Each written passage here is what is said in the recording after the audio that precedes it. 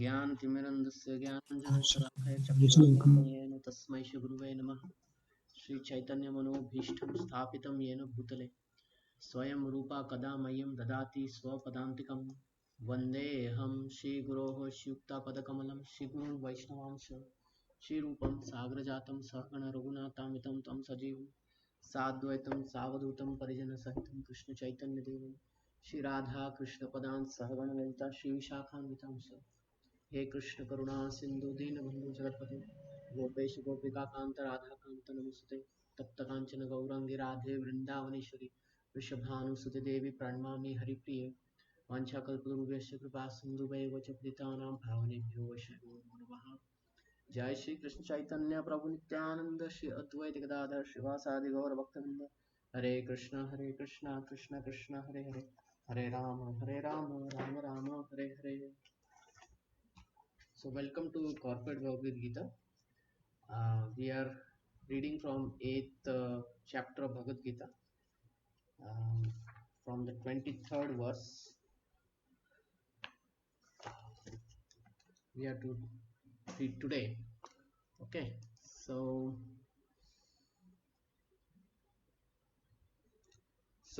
in this particular chapter, Krishna described various things. He told how to come to his supreme destination, his supreme abode. Okay, ultimately he said one should have bhaktya, that is devotion. Then only he can come to his abode. Okay, you know, people may work in a company, but does every worker want to visit the owner's house? Not necessary, right? For many workers, almost everyone, they are happy working in the company and they are happy with the salary, right? But Yes, Prabhuji.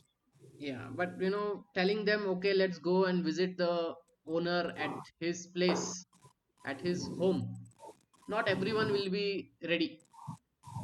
Only those will be ready who have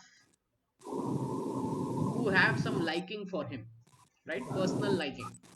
So that personal liking is like a devotion. So unless uh, one has devotion, one won't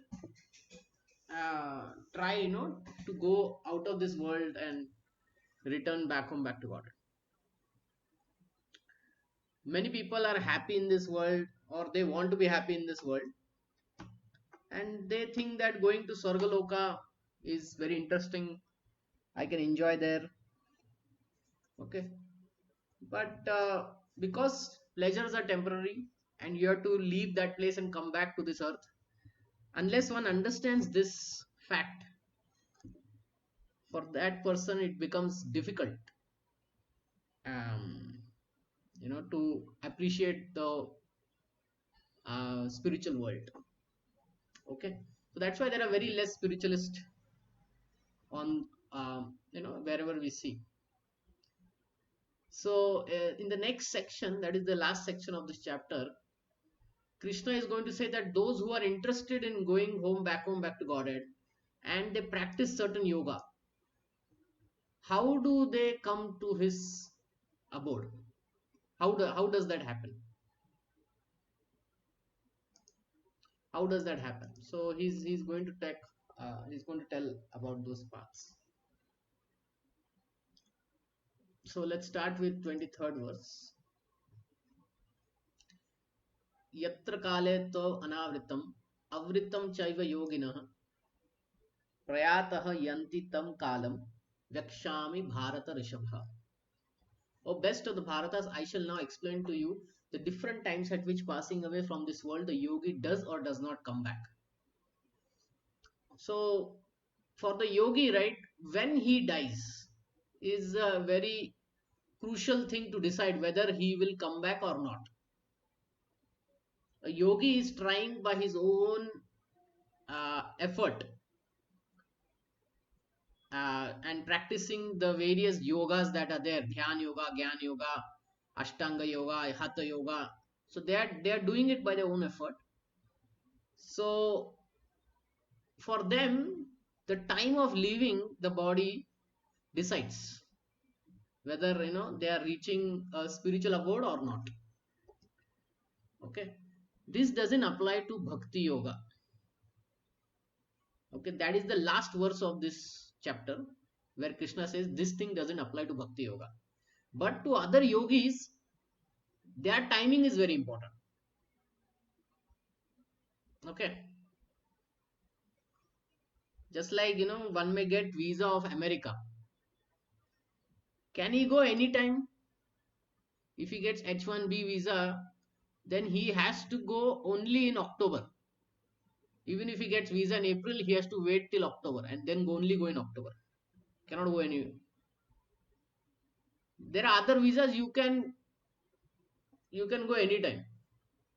Okay, so it is like that. That timing matters for the yogi. The unalloyed devotees of the Lord who are totally surrendered do not care when they leave their bodies or what happened. They leave everything in Krishna's hands so easily and happily return to Godhead.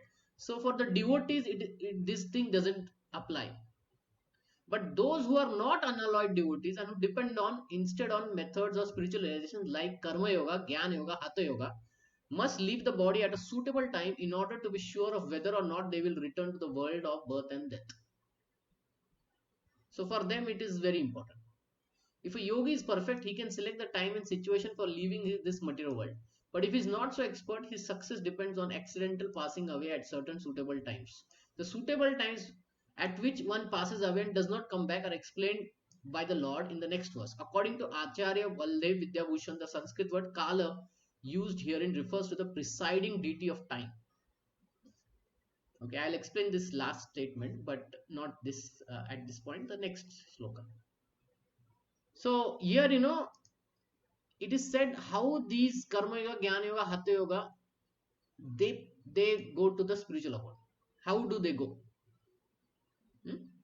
It is for them. Agnir Jyoti Aha Shukla San Masa Uttarayanam Tatra Prayat Gachanti Brahma Vido Janaha. Those who know the Supreme Brahman attain the Supreme by passing away from the world during the influence of the fiery god in the light and in an auspicious moment of the day, during the fortnight of the waxing moon, or during the 6 months when the sun travels in the north. Okay, when the sun travels in the north and all that, they reach some other planet. So here, so we'll go into the purport.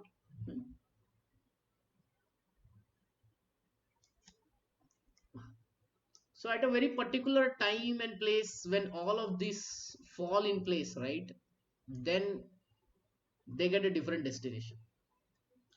Okay, when fire, light, day, fortnight of the moon are mentioned, it is to be understood all of them are various presiding deities who make arrangements for the passage of the soul.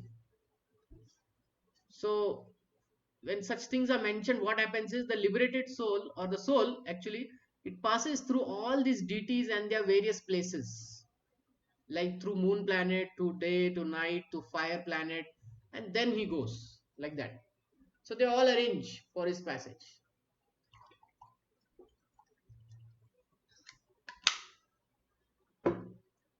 At the time of death, the mind carries one on the path to new life. If one leaves the body at a time designated above, either accidentally or by arrangement, it is possible for him to attain impersonal Brahmajyoti. So this impersonal merging into Brahmajyoti is also allowed if the yogi passes at that time. Mystics who have advanced in yoga practice can arrange time and place to leave the body. Others who have no control, if by accident they leave at an auspicious moment, they will not return to the cycle of birth and death. But otherwise, there is every possibility that they will have to return. However, for a pure devotee in Krishna consciousness, there is no fear of returning whether he leaves the body at an auspicious or inauspicious moment by accident or arrangement. Okay, again, Prabhupada is saying it doesn't apply to a devotee. This applies to those who are doing karma yoga, jnana yoga, dhyana yoga, and all that, Dhumo ratri तथा कृष्ण सान मास दक्षिणायनम तत्र चंद्रमासम ज्योतिर yogi prapya nivartate. The mystic who passes away from this world during the smoke night, fortnight of the waning moon, the 6 months when the sun passes to the south, reaches the moon planet and again comes back. So here he goes to moon planet. Okay, moon planet according to NASA and everybody, is not a very habitable planet. Probably they are landing somewhere else and calling that moon. But as far as the um, Vedic literature is concerned, the moon planet is a heavenly planet and it is very far. Okay, and it has greater facilities. So when one goes there, he has greater facilities there. But again, once the vacation is done, once his pious credits are ending, they come back to this earth. In the third canto of Srimad Bhagavatam, Kapila Muni mentioned that those who are expert in fruitive activities and sacrificial methods on the earth attain to the moon at the death. So those who are after fruitive activities, meaning those who want something from their yajna, okay, they have desires to accumulate lot of wealth and pious activities in this life so that their next life be good. They desire to go to moon. It's like that. These elevated souls live on the moon for about 10,000 years by demigod calculation. Okay, this is demigod calculation. What does that mean is uh, in the month of October and November is the morning of the demigods. Okay, it is the morning of the demigods. So it is exactly not like our 24 hours. Their 24 hours is much bigger. Okay, now that multiplied by 10,000, meaning 24,000 or 2,40,000 is the time that much he will live on the moon and enjoy life by drinking somaras. This particular juice, right, somaras, it invigorates the body. It gives a lot of energy in the body. So that one gets only in the moon, not the moon shown by the NASA, but the moon that is there in the Vedic literature. Okay, they eventually return this earth.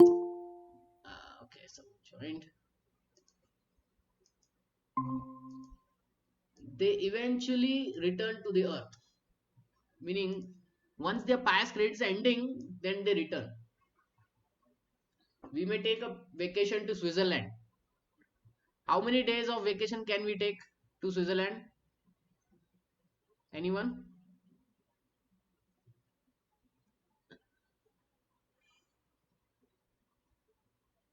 Can anyone tell how many days of vacation can you take to Switzerland? 1 week, 2 weeks, 3 weeks, 1 month, 2 months, 3 months, 6 months, 8 months. Any thoughts? It depends on the money that we are putting in, right? If we have a lot of money, we can take bigger vacation. But once the vacation ends, I mean, okay, after 8 months or something, we have to come back, right? Because we are not citizens of Switzerland. We have to come back. Vacation done. So that's how the pious activities to reach the moon planet, they end after some time, after 10,000 demigod years. So then you return. That means that on the moon there are higher classes of living beings, though they may not be perceived by the gross senses. So in the moon planet there are living entities in different bodies. They are not exactly like the bodies that we have. They are in different bodies and we are not able to perceive them. That is there. That's why in NASA's videos and all that, in the moon videos, we don't see the planet to be inhabited, but actually it is inhabited. There are two possibilities. Either they have landed somewhere else and they're calling that as moon, or we are not able to see the inhabitants of the moon. Okay. शुक्ल कृष्ण गति ही एते जगतः शाश्वत मते एक यति अनावृत्तम अनया वर्तते पुनः. According to Vedic opinion, there are two ways of passing from this world. One in light, one in darkness. When one passes in light, he does not come back. When one passes in darkness, he returns. So light and darkness, what does this mean is, Shukla and Krishna, light and darkness. What does it mean is, it means what is our goal in life. So when our goal is for moksha, that thing is called as light. Tamsoma Jyotirgamaya. It's a very nice verse, no? It's a very famous verse also.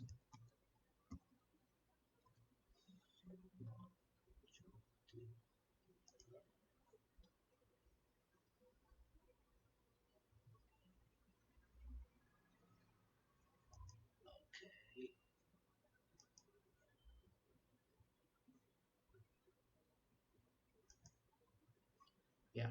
Asatoma Sadgamaya, Tamsoma Jyotirgamaya. From darkness go to light. Mrityurma Amritagamaya. From death go to eternal life. Okay. So when it is considered light, right, in the Vedic literature, it means that one is aspiring for moksha. And darkness means one is not aspiring for moksha. So when one is aspiring for moksha, he does not come back. And when he passes in darkness, he returns. The same description of departure and return are quoted by Acharya Balladev Vidyabhushan from Chandogya Upanishad. So this is another Upanishad which is called Chandogya Upanishad.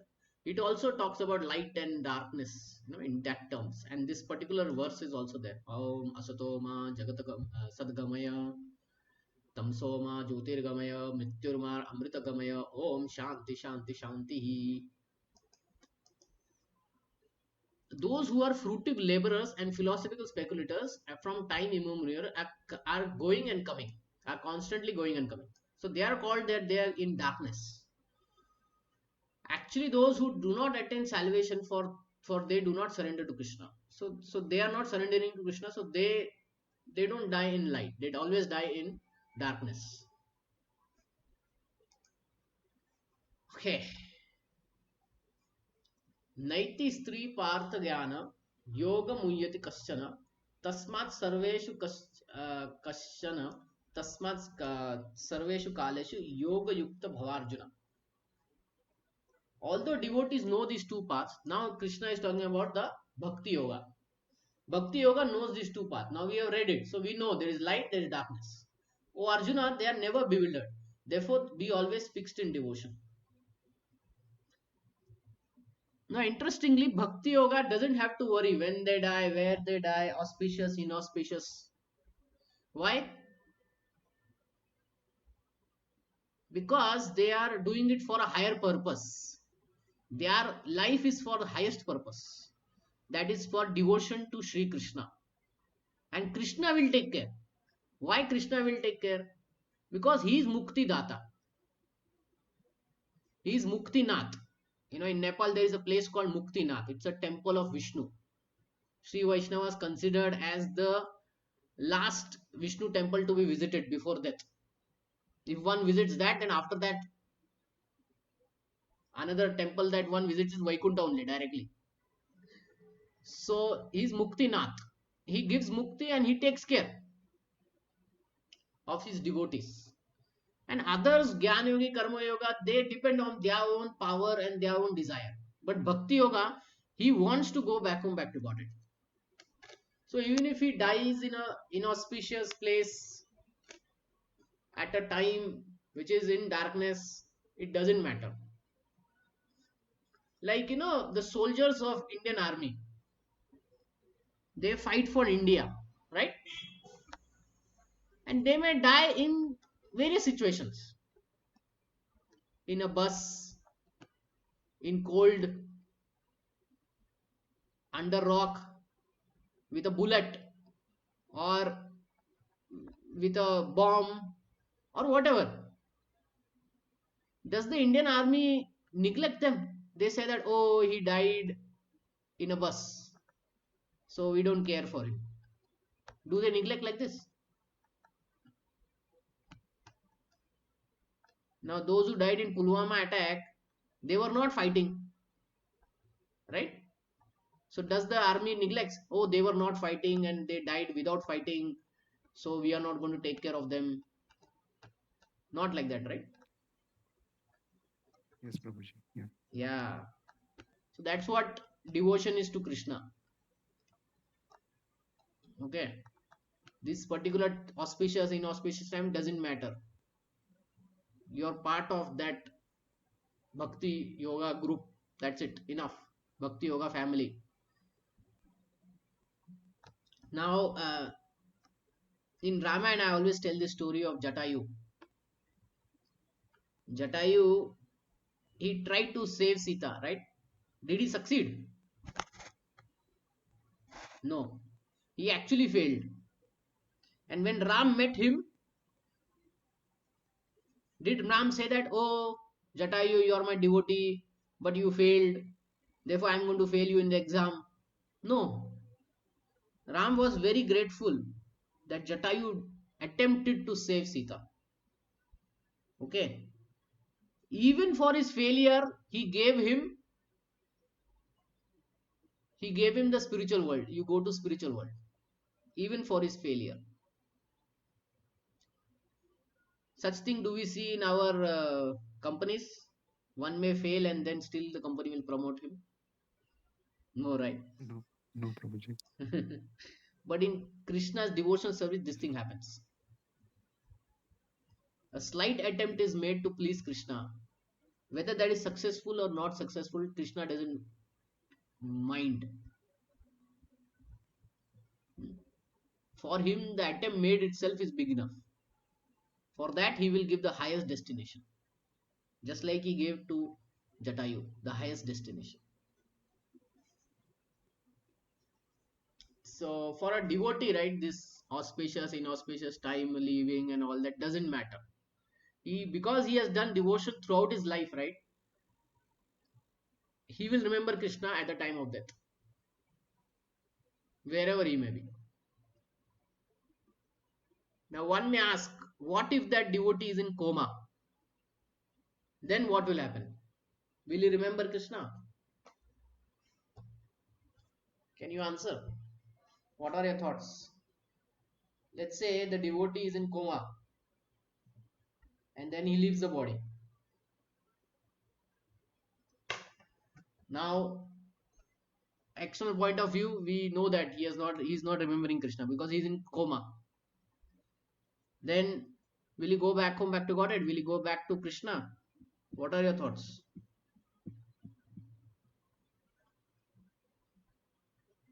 Any comment?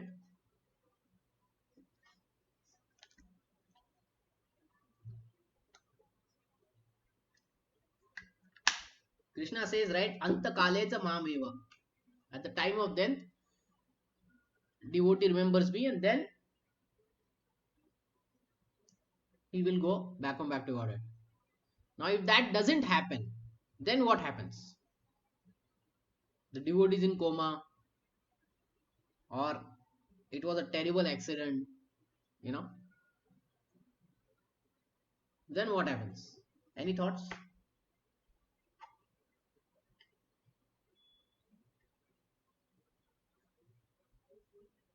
No thoughts? What do you think? Devotee, will he go back home, back to Godhead? Yes or no?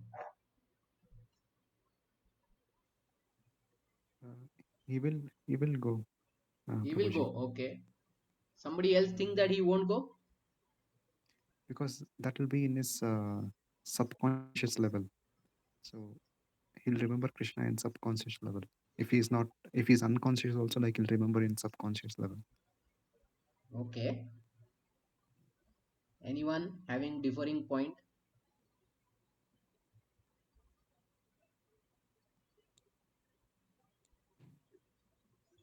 So, interestingly, in one of the Shastra, Varaha Dev, he says that if a devotee due to some reason is not able to remember me at the time of death, then I will remember him.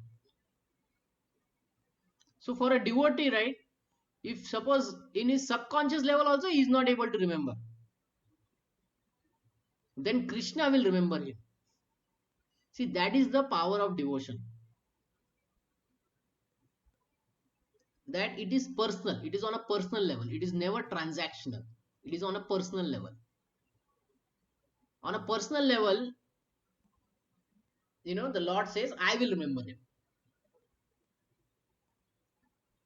Okay. So, devotee still doesn't have to worry. Okay. If he doesn't remember, Krishna will remember. And Krishna will definitely remember. He never fails. He is Achyuta. Never fails. Okay. So Krishna is here advising Arjuna that he should not be disturbed by the different paths the soul can take when leaving the material body, material world. A devotee of the Supreme Lord should not, whether he departs by arrangement or by accident, a devotee should be firmly established in Krishna consciousness and chant Hare Krishna. He should know that certain over either of the two paths is troublesome. The best way is to be absorbed in Krishna consciousness, is to be always dovetailed in his service, and this will make one's path to spiritual kingdom safe, certain, and direct. So it's a safe, certain, direct path. Bhakti Yoga. The word Yoga Yukta is especially significant in this verse. One who is firm in yoga is constantly engaged in Krishna consciousness in all his activities. Srila Rupa Goswami advises Anasakta Vishayan Yatharam Upayunjataha. One should be unattached in material affairs and do everything in Krishna consciousness. Okay, so one thing Krishna says here is Yoga Yukta. Yoga Yukta means the devotee is unattached to material affairs. Okay, he is unattached to material affairs.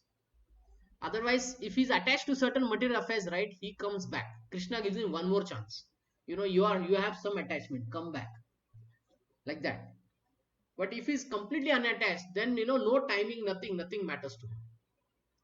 Okay. By this system, what is called Yukta Vairagya, one should attain perfection. Therefore, the devotee is not disturbed by this description because he knows that his passage to the supreme abode is guaranteed by devotional service. Okay, one clause is only kept, okay, by Krishna, that is Yoga Yukta, or in other words, Yukta Vairagya.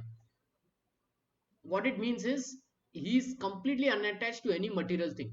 Means personally he doesn't want any material thing. If a material benefit he gets, he use it for Krishna's purpose. That is called as Yukta Vairagya. So such a devotee doesn't have to worry when he dies, how he dies, and all that. He's taken care because he's already unattached. Hmm? So that is one clause here.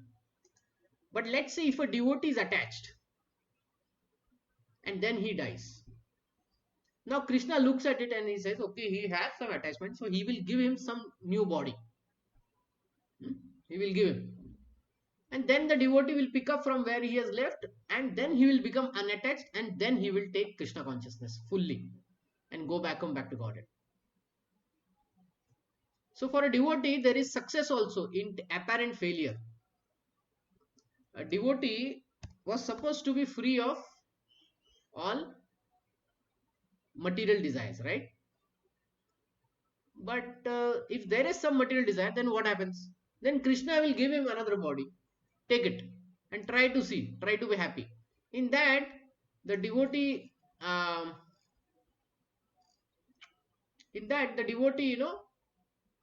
he gives up that material desire and then becomes pure devotee.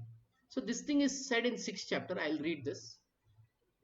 If unsuccessful yogi, a devotee is also yogi, so if he's unsuccessful, if he's not able to give up that material desire, what happens? Then Krishna gives him born in a family of righteous people or in rich aristocracy. So he takes birth in the family where righteousness or richness is there. Why that? Because he will get a start from his birth only. If he's rich, then he doesn't have to work only, right? Then he can fully focus on Krishna consciousness. You sometimes see such thing that some people take birth in rich families and they're very, very spiritual. They are like this, unsuccessful yogis. They come in these rich families and then they perfect their life. Or Krishna says, or he takes birth in a family of transcendentalist.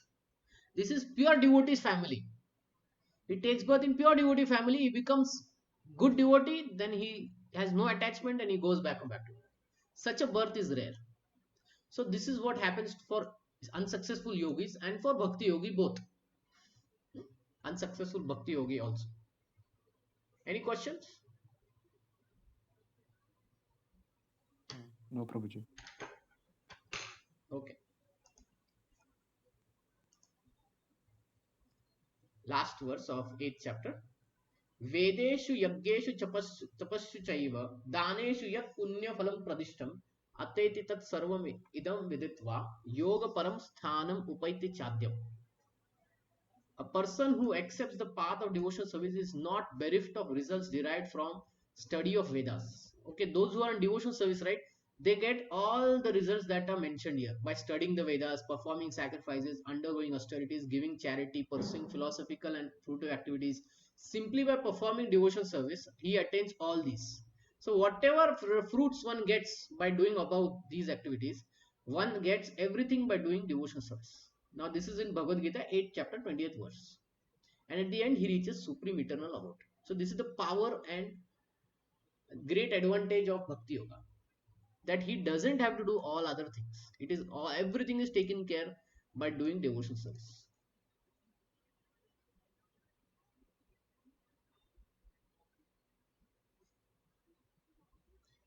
This verse is a summation of the 7th and the 8th chapter. So it's the summation, it's the conclusion verse of both chapter 7th and 8th, which particularly deals with Krishna consciousness and devotion service. One has to study the Vedas under the guidance of spiritual master and undergo many austerities and penances while living under his care. A brahmachari has to live in the home of a spiritual master just like servant, and he must beg alms from door to door and bring them to spiritual master. He takes food only under the order of the masters, under the master's order, and if the master neglects to call the student for food that day, the student fasts. These are some of the Vedic principles for observing brahmachari. So this is kind of a brahmachari life that used to happen in the Vedic times. After the student studies Vedas under some master for something at least 5 to 20, at the age of 5 to 20 or 25, he becomes a man of perfect character. Study of this Vedas is not meant for recreation of armchair speculators, but for formation of the character. Now, this statement is the definition of education. Education is to develop the character. Okay. Study of the Vedas is not for some speculation. I know this philosophy, that philosophy. No. It is actually to develop the character, good character, truthful character, honest character. So Vedic study was ultimately made to develop the character.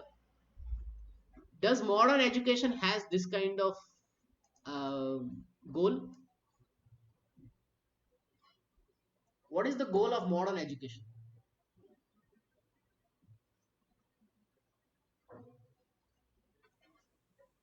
Can anyone tell me what is the goal of modern education?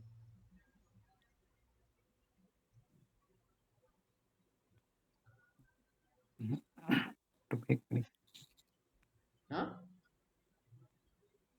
Uh, to make I money. cannot hear you.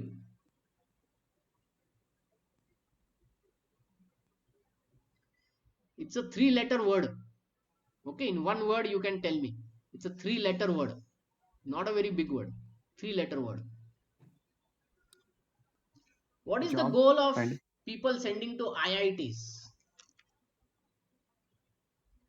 To get a good job. Job. Job. Right? That Yeah. is the goal. Am I audible, Prabhuji? You are audible, just the voice is Oh, little okay. low. Okay. Yeah. Sorry. So, There is some problem in my mic. Okay. okay. Sorry. Yeah. So, as I said, today's education, the goal is only for job. I had one Yes. math teacher and he told us what is the goal of, you know, getting good marks and engineering and all that. According to him, he was very practical. So he said the goal is marriage, to have a good marriage. Because that's what happened, right? In marriage, they see, okay, how much educated he is, how much money he is earning, and all that. So he made that conclusion. But from the Vedic standpoint, the goal is the formation of the character. The character should be good. And when the character is good, then the brahmachari is allowed to enter into married life, and and household life and marry. Then he becomes a very good householder. Otherwise, what householders we are seeing right in today's world, it is like they are fully with selfishness, right? But the Vedic householder was never selfish. He was selfless. There was so much charity emphasized that the householders, they would support all the other people, poor people, sannyasis, brahmacharis, everybody, even animals also. They would take care of the animals. Now, today's world, we kill rats, right? We have pest control and all that. In the Vedic times, how was the pest control? It would not kill them, it would just keep them away. And then the householder, what they would do, they would take some food and they would keep it in one corner for the animals like rats or birds or something like that. So this is how Vedic times were there. But in today's, it is like very much selfish. So when he is a householder, he has to perform many sacrifices, and so that he may achieve further enlightenment. He must also give charity. Charity is the most important uh, duty of a householder, according to country, time, and candidate. But he has to give charity to the right person. Okay, discriminating charity in goodness, passion, and ignorance. Okay, he cannot give charity to anybody. Like in America, in there's a city called as Las Vegas. It's a city famous for gambling. A lot of people go to gamble over there. Now, if someone wants to build a building or something like that, right? The promoters, they hold charity events, and people come and give them charity. But that charity is in ignorance. Why? Because gambling itself in ignorance, it is destroying people. So therefore, that charity in ignorance is dissuaded. It is not recommended. Why? Because it is ultimately ending in the destruction of the general people. So charity should be in goodness. Goodness means it is ultimately beneficial for them. It is to the right person. He is using it for the right purpose. Like sometimes, beggars. You have two options. Either to give him 10 rupee note, because nowadays they are not accepting 1 rupee. So either you can give them 10 rupee note, or you can give them some food. What would you prefer and why? Any thoughts? You meet a beggar in Majestic bus stop. What would you prefer to give him? Food or 10 rupee note? Food, Prabhuji. Why? Uh, so if I give money, they'll misuse. How will they misuse? Uh, we may not know actually. They may go to BMPP authorized Yeah. alcohol center, and they'll say, I got today 10 Yeah. rupees. Give me half glass of alcohol. So thinking that, we will then decide how to give charity. Okay. So charity given to Brahmanas, to a Vaishnava, we know he's going to use it in proper service. Therefore, we give charity to such people. Charity giving to cows. Hmm? So that is all in goodness. In passion, charity given to cricket, football, sports, that all is in passion. In ignorance, it is like giving to some gambling person, or charity given to thieves. so so like that, we should be very mindful of whom we give charity. So on this topic, right, charity, we are going to discuss more in 14th chapter of Bhagavad Gita and 17th and 18th chapter of Bhagavad Gita. So that point Prabhupada has brought here, that charity is in goodness, passion, and ignorance. So we should always do charity in goodness. Then after retiring from household life, upon accepting the order of Vanaprastha, he undergoes severe penances, living in the forest. So after retiring, so this retirement is when children become big. Hmm? They are married, they are taking care of everything. Then one takes to Vanaprastha. The husband, wife, they do pilgrimage. They live a little far. Previous time they would live in the forest and all that. But in today's time, they may live alone and do spiritual practice more. So that is Vanaprastha. One can take to Vanaprastha life only if his character is good. Okay, there are many people who retire. So many people retire every day, right? But do they take to Vanaprastha? No. Only those who are very religious, they will say, now after retirement, I am going to Kashi, or I am going to Jagannath Puri, or I am going to Char Dham, or I am going to Varanasi, and all like that. Right? Not everybody is going to say. What other retirement say? Now I will go to for travel around the world. For them, that is retirement. But from Vedic standpoint, retiring means you retire to spiritual life, very strong spiritual life. Okay, by carrying the outdoors of brahmacharya household life, vanaprastha, and finally one can take sannyas, where one leaves one wife also, and then he becomes elevated to perfectional stage of life. Some are then elevated to heavenly kingdoms because they have done so much good vanaprastha varnashram dharma that they may go to heavenly planets. And if they become more advanced, then they are liberated to spiritual sky. They can merge into Brahma Jyoti. Or if they become devotees, then they can enter Golok Vrindavan, Vaikuntha planets. This path is outlined by Vedic literature.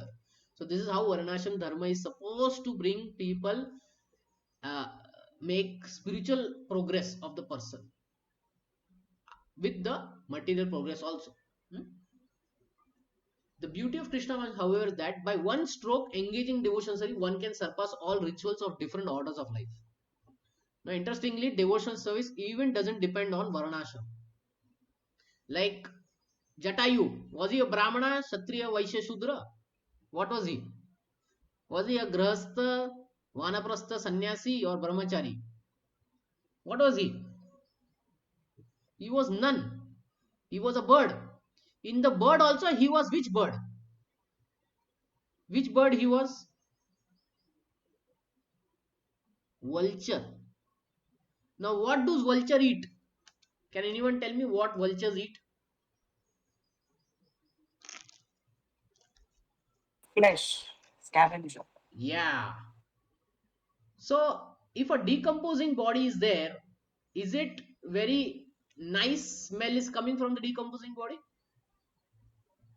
No, right? It is bulged up. If you ever see, decomposing body, it's a very bad smell. Now that thing the vulture eats. Okay, so definitely the vulture also is not very nice smelling bird, right? But he did devotional service, and that was enough to go back to Godhead. So that is the power of devotional service. There is Varnashram system, but even if somebody is not in Varnashram system and takes to Krishna consciousness, he can also surpass. The words idam viditva indicated one should understand the instructions given by Sri Krishna in this chapter and 7th chapter of Bhagavad Gita. One should try to understand these chapters not by scholarship or mental speculation, but by hearing them in association of devotees. Okay, one should not just understand it by scholarship, that he can answer this, that, and no. When hearing in the association of devotees means that you are able to follow it in your day-to-day life. Okay, not just as like a scholar who knows a lot of things, but when it comes to following, they don't follow anything. Chapter 7 through 12 are the essence of Bhagavad Gita. So now that what we are reading from chapter 7 till 12, it is the essence. Essence means what? Essence means this is the core path of core meaning, the core purpose of Bhagavad Gita. These chapters 7 to 12. And the next chapter is Raj Vidya Raj Yugoyam. It is the king of all knowledge, the ninth chapter that we are entering. Okay, so it is the essence, it is the purpose of it, it is the core purpose of it. The first six and the last six chapters are like coverings for the middle six chapters. They are especially protected by the Lord. So, just like a diamond is kept in a box, similarly, the essence of Bhagavad Gita is kept in between the 18 chapters. There are 18 chapters. 666. So, the first six and the last six are like covering. They will cover the essence. So, if you want to see the diamond of Bhagavad Gita, we have to open the box. Meaning, this middle six chapter we have to study nicely. We have to understand that. If one is fortunate enough to understand Bhagavad Gita, especially these middle six chapters, in the association of devotees, then at once his life becomes glorified beyond all penances, sacrifices, charity, speculation, etc. For one can achieve all the results of these activities simply by Krishna consciousness. So these middle six chapters are very important. One who has little faith in Bhagavad Gita should learn Bhagavad Gita from a devotee, because in the beginning of the fourth chapter, it's clearly stated that Bhagavad Gita can be understood only by devotees. Okay. Bhagavad Gita is understood only by devotees. So how do others understand Bhagavad Gita? Those who are not devotees. Can you give me example? Those who are not devotees but they have read Bhagavad Gita. How do they perceive Bhagavad Gita? What do they say about Bhagavad Gita? Have anyone heard about it? What do they say?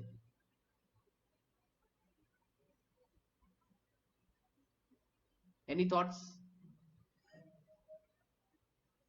There are many people who have read Bhagavad Gita. In the market, there are more than 700 editions of Bhagavad Gita. So many people have written about Bhagavad Gita. Not all of them are devotees. So what do they write of Bhagavad Gita so much? So almost 100 years back, there was a famous politician. He was freedom fighter, Indian freedom fighter. His name was Lokmanya Tilak from Maharashtra. Have you heard about him? Lokmanya Tilak. Have you heard about him? Yes, yes, Gitanjali. So he was put into jail in, I think, in Andaman Nicobar for many years. No, Yeah, so he took Bhagavad Gita with him and then he read. After reading, he said Bhagavad Gita's whole purpose is to fight for one's country's freedom. His conclusion was that. So his conclusion was not Bhakti Yoga, but his conclusion was that Bhagavad Gita whole is just to fight for one's country's freedom. That's it. So they come to such kind of conclusion. Another thing, was once a nutritionist who read Bhagavad Gita. And in the 17th chapter, Krishna talks about food. What food to eat, what not to eat. And he said the whole purpose of Bhagavad Gita is to eat the right food. That was his conclusion. So this is how non-devotees make such conclusions out of Bhagavad Gita. But devotees, they know that the conclusion of Bhagavad Gita is Sarva Dharmam Parityajya Mam Ekam Sharanam Vrajam. Sri Krishna Sharanam Mama. Vyana has to surrender to Krishna. That is the conclusion. A devotee only understands this. Okay? So that's why this statement is made. It can only be understood by devotees. Only a bhakta can understand this. Otherwise, everyone else try to make their own conclusions. One should therefore learn Bhagavad Gita from a devotee of Krishna and not from mental speculators. This is the sign of faith. When one searches for a devotee and fortunately gets a devotee association, one actually begins to study and understand Bhagavad Gita. By advancement in the association of devotee, one is placed in devotional service, and this service dispels all misgivings about Krishna or God or Krishna's activities, form, pastimes, name, and other features.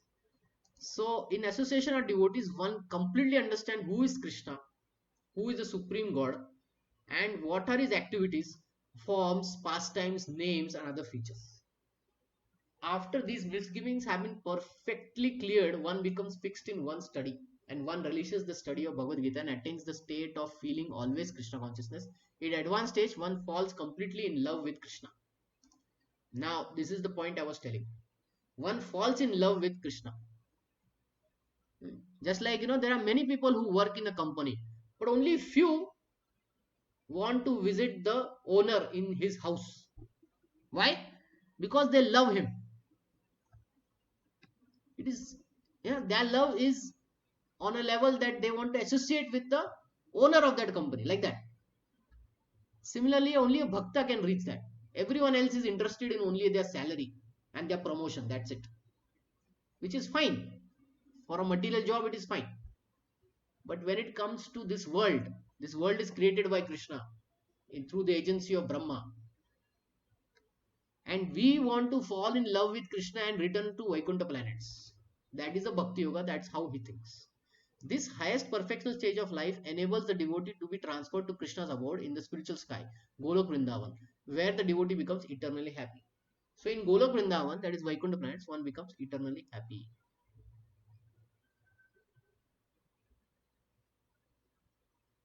Any question at this point?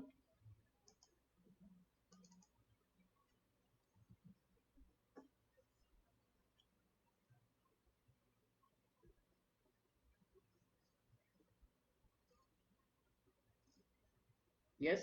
Any questions or comments?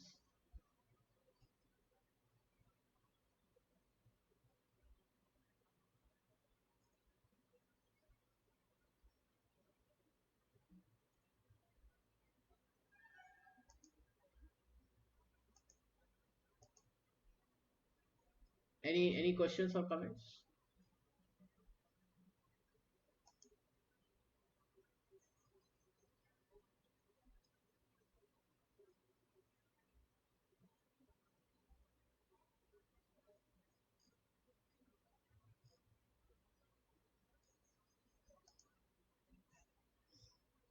So one may ask, what happens in the spiritual world?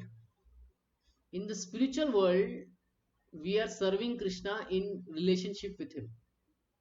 As a servant, as a friend, like Arjuna, as a servant like Hanuman, as a parent like Nanda Maharaj, Yashoda, Devaki, and Vasudev, or as a conjugal lover as Lakshmi. In the material world, we are having all these kinds of relationships: friend, servant, parent, conjugal lover. But it is with duality. Duality means sometimes there is love, sometimes there is hatredness. But in the spiritual world, there is no duality. It is absolute. Plus one minus one is same, is one only. It's absolute over there. So there, all our relationships, even if there is anger, envy, fight, argument, it is ending in happiness only. Sometimes happiness, anger, disargument, all these things doesn't end in happiness in this world, right? In this world, it leads to separation and all that, or fights, right? Like here, it is shown lovers are loving each other, but the same love marriage then ends up in fighting, right? But in Krishna's case, it is not like that. Here, friends are playing, but then they suddenly fight with each other, breaking each other's bones and all that. But there, the friendship is with happiness. Even if they wrestle with Krishna and defeat him, they are still happy.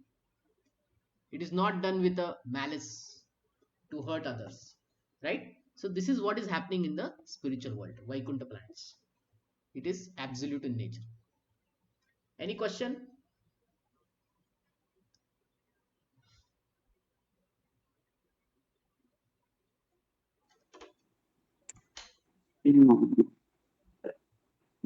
Yeah. Yeah. Speak up.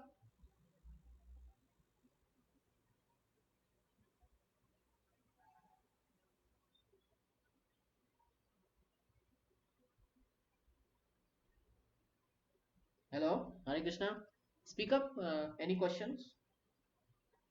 No, Prabhuji. From my side. Someone had, right? Someone. Yeah.